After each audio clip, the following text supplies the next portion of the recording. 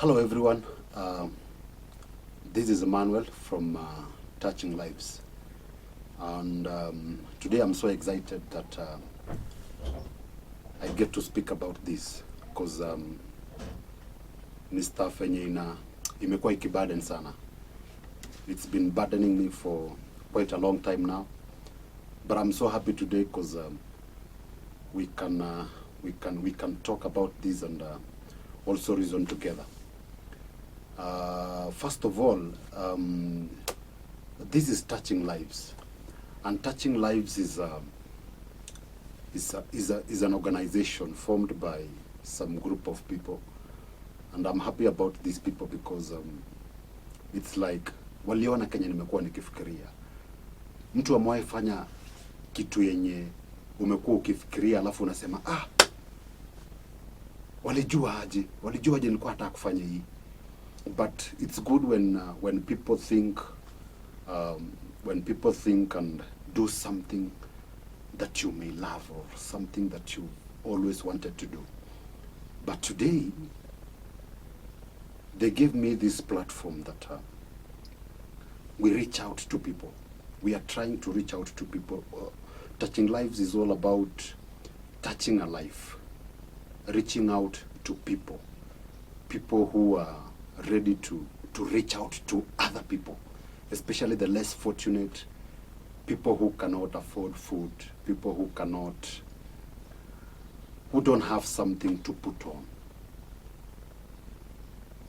It always burden me when I see nimepiga luku ingine poa sana alafu nikipita mahali na cheki kuna watu hii ambao hawajiwezi, kuna venye hawajafika ile pati ya kuweza kununua nguo, alafu unacheki nguo zenye wamevaa, it's haileti bidii manzi.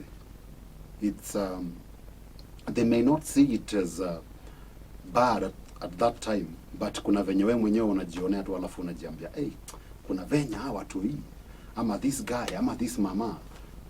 But at least I'm happy about Touching Lives because they came up with this organization. It's a move. It's a good move that they made, and we are here to connect. We are here to reach out to people who can do something about this. The best thing that you can ever do is help someone, especially those people that are not in a position to do something. Kitu kama food, a place to stay, something to put on as clothes, ama viatu. Kuna watu hii wanatembea bila hata viatu manze. I remember sometimes back 2 months ago, we visited this school in a place called Olenguruoni. It's a day school primary. It's a DEB day primary school. Nimeisema vizuri. DEB day primary school in Olenguruoni. And I never knew that back in our days we used to go even to school without viatu, but at least tukirudi home tunajua maybe tuliacha viatu alafu tukaenda tu hivyo because watu wengine hawakuwa wanaenda viatu, so we wanted at least to be the same. But venye tulienda kwa hii shule, I found out that kuna watu hii actually nguo zao zimeraruka kabisa, hawana viatu, ndio wafike shule. You don't know how they came, but kwenye waliwacha kwenye walitoka, it's not good, as in totally manze, it's not good. And so I'm happy about this family called the Cheboys family. They donated school uniforms. Actually walikuwa wanajitolea, they have this movement of trying to improve the way these kids are in school. Kitu ya kwanza ni kuwapatia full school uniform, kutoka kwa viatu, socks, kama ni maboi, short, sweater, hadi shati, madem hivyo, everything. And it burdened me from that time that something must be done.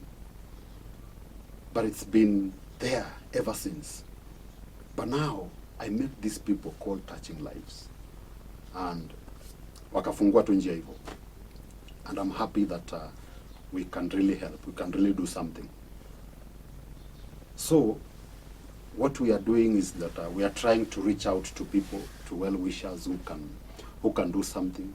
And I know you are out there, you've been yearning to help people, but maybe you jipe at a platform, or you are out there, you've been helping these guys. You've been reaching out to the less fortunate, the vulnerable, especially kwa children's home, the poor families in our community. The thing is that tunajaribu ku change the way our community is. Ni mbaya sana manze ukipata kwa bezi yenyu, area yenyu, wendio uko na vitu peke yako, alafu the surrounding environment kuna venye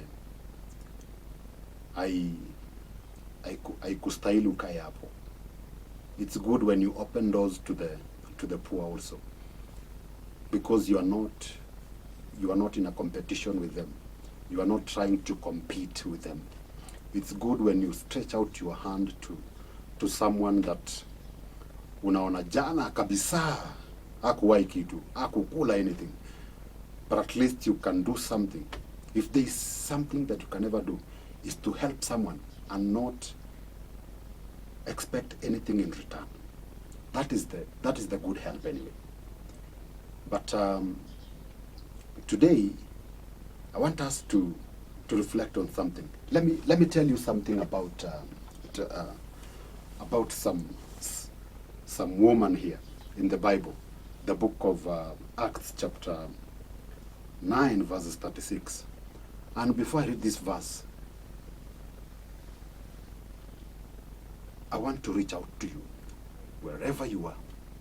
If at all unaweza fanya kitu enye utakuwa ukifikiria ever in your life, is to support anyone that needs help. In one way or the other, we all need help. Kuna venye maybe if hata kama uko na kila kitu, if you are well off, in one way or the other, you may be needing help. And that is the help that we want. The help that someone can help you and not expect anything in return. Especially when you help those people who cannot afford especially food or something to put on, kama nguo. So let me read this verse.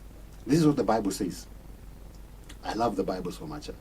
So in Joppa there was a disciple named Tabitha, which is in Greek, her name meant Dorcas. She was always doing good and helping the poor. About that time, she became ill and died, and her body was washed and placed in an upstairs room. Verse 38, Lydda was near Joppa. So when the disciples heard that Peter was in Lydda, they sent 2 men to him and urged him, please come at once. Peter went with them, and when he arrived, he was taken upstairs to the room. All the widows stood round him, crying and showing him the robes and other clothing that Dorcas had made while she was still with them. Peter sent them all out of the room. Then he got down on his knees and prayed. Turning towards the dead woman, he said, Tabitha, get up. She opened her eyes, and seeing Peter, she sat up. So, and the story continues. But the best thing about this verse is that there is a widow, there are other widows. There is something very special about this woman of God called Tabitha. She was a disciple. So probably she might have been doing some things, kama venye tumesikiza hapo, that she used to do something to the poor. She used to make robes. Alikuwa akitengeneza nguo. To sweater manze. Alikuwa akipeana. He used to give to the community. She used to be a help to the poor. But the Bible tells us that she died. And when she died, the first people to come there walikuwa ni mawidows. And vitu zenye walikuja nazo ni zenye huu madam alikuwa akitengeneza. That these are the things that this woman used to do. These are the robes. Probably kuna watu wenye maybe amewashonea sweater mahali, amekuwa akiwapea nguo tu, just to make sure that these kids are not walking naked, just to make sure that these kids are not walking around with torn clothes, just to make sure that hawa watoi hawasikii baridi just because hawana kitu ya kuvaa. But since alikuwa kishona, he made sure that the poor people in her community received something from her. The Bible does not talk about she used to give to the rich. The Bible tells us that she used to give to the poor. So what do you think you have been giving someone that is in need? Tuachana na vitu zingine kwanza, but let's look at this in this scenario that you are somewhere doing something and you see a poor kid or a poor child or someone who is in need. Did you do something to help them? Did you think of anything that you can do and just to make sure that they are happy? Ara tuachane na hizo za uko mbali sana. Let's come closer to our neighbors, where you are staying. Do you think there is someone that need help? The way God blesses us is not when we do something big, but the way God comes through when we need him is the way you will come through kwa wale watu wenye hawajiwezi and you are trying to be of help to them. You don't need so much. You don't need to do so much so that the Lord may see you. No. You just need to do something small. Something small.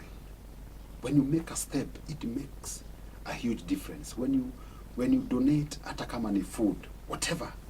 When you visit the poor, it takes you to another level of spirituality. Kuna kariam fulani unaifikia, and God sees you through that. God comes through in a special way. You don't need to do so much more. You only need to do something. Help. Reach out to people with help. And you'll be amazed, by the way. Sometimes we may be crying sana, calling upon the name of God that, hey manzi, God umepotea sana, but this is the step that we all need to do. And the best step to do, reach out to these kids, man. I remember Touching Lives inanukumbusha tukiwa college. We had this group called Touching Lives also. We used to visit the children's home, tunawapelekea food. We go and interact with them, go and cook there. And it was so fun. It was so good. Getting to at least listen to them. Getting to at least interact with them. It's a nice experience, by the way. It's so good. And the best thing that you can ever do ni kufikia watoi manze. Watoi ni blessing tu yani. Yani ukifika tu kwa hiyo children's home, ucheki tu venye wanaku welcome. Kama umewahi enda pale mara kadhaa, ukifikaga hapo tu venye wanakuona tu wanakukimbilia tu manze kwa barabara, unashindwa ai kwani ni aje? But it's because of something that they know you've done before. Wanajua ukienda pale auende mkono mtupu, and ukitoka hapo unawacha tu na word of hope that there is tomorrow. There is still hope. There is still hope that in one way or the other there will be a light at the end of the tunnel. It's good to give them hope, and one way of giving them hope is through giving them something. Hata kama ni sweetie, pita tu pale kwa barabara waambie niko na hii sweetie, chukueni. Wanapambika tu manze. Kesho wakikuona tu kwa barabara wanasema ule ni ule boy wa sweetie, ule ni ule mrembo wa sweetie, ama ule ni ule mrembo wa tumandizi. It's so good. And getting back to that verse is that when these widows came and showed Peter whatever this woman had done, they could not have held it back. So who will be doing this for us? So now this woman is dead. Nani mwingine atakuwa akifanya hizi vitu manzi? Hatujaona mtu mwingine kwa hii community ametu bless na amekuja tu akatupatia tu vitu just for free. But this woman has been doing something beyond the rich can do. Something that cannot allow her to die.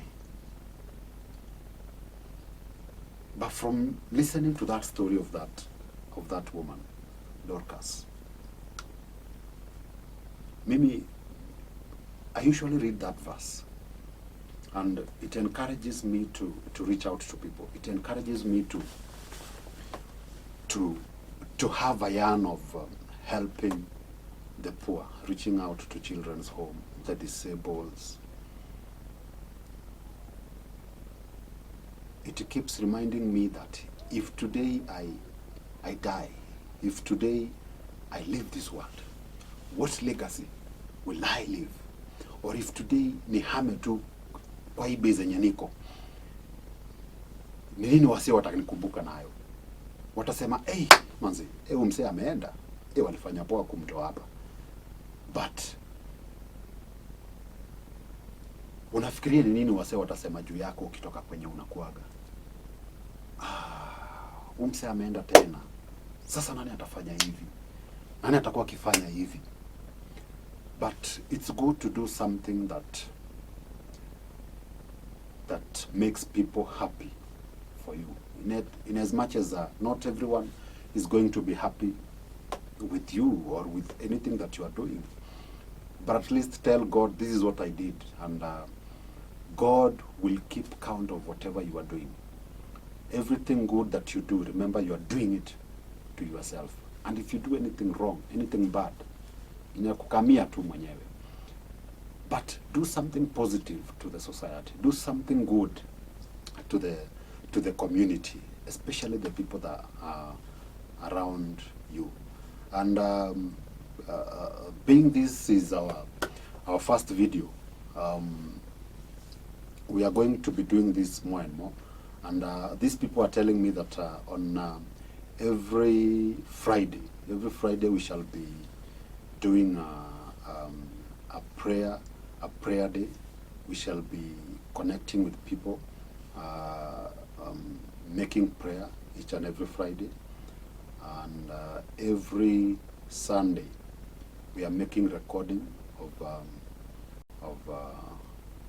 we are making another recording also that we'll be uploading to our YouTube channel. And also we want you people to support us as Touching Lives. Connect with a friend, connect with another friend, and let's come through Touching Lives and reach out to these people in our societies, in our communities. Let's do something good to them, something that watakuwa wakikaa tu hivi wanasema, some people somewhere came and they did something. So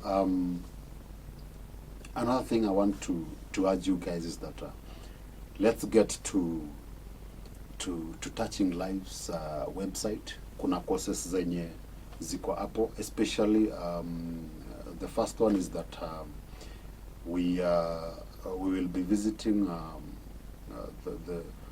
the people who the poor families around here in Olenguruoni, a place called Kambi Shetani. Is the first place that we are going to visit as Touching Lives, and we will need of course money. Tutahitaji pesa za kubuy food. We are targeting at least 15 and above families, at least 15 and above families. Yeah, so we are aiming to raise some amount of money to cater for this visit. So tume target kama 10k, and if people if we are going to surpass that amount also, we can reach more families. So I need you guys muingie pale kwa hiyo website ya touchinglives.org. The link of that website, we are going to include it on the description of this video hapa pale kwa YouTube. So guys, let's support them, let's reach out to them, and if uko around and you may want to be part of Touching Lives, you can reach out to us. Pia hapo kuna form yenye unaweza jaza, and if you want to join Touching Lives, you can fill that form, and these guys are going to reach out to you and direct you on what to do. So sitasahau kusema, click on that subscribe button, subscribe to our channel, like the video, and you can also give us a comment if you also need to be a donor to some of the courses zenye zimewekwa pale. Please, tukue kimoja. Let's reach out to these kids, and the Lord is going to bless us so much. So may the Lord bless you so much. Tukutane next this week on Friday. We'll be doing a prayer session here on this platform once again. Manzi, God our bless tu sana. Thank you so much for listening to me. I know you've taken your time to listen to us. May the Lord bless you so much. May He open doors in your life that you cannot imagine, Manzi. Manzi, God our bless tu sana. Thank you so much.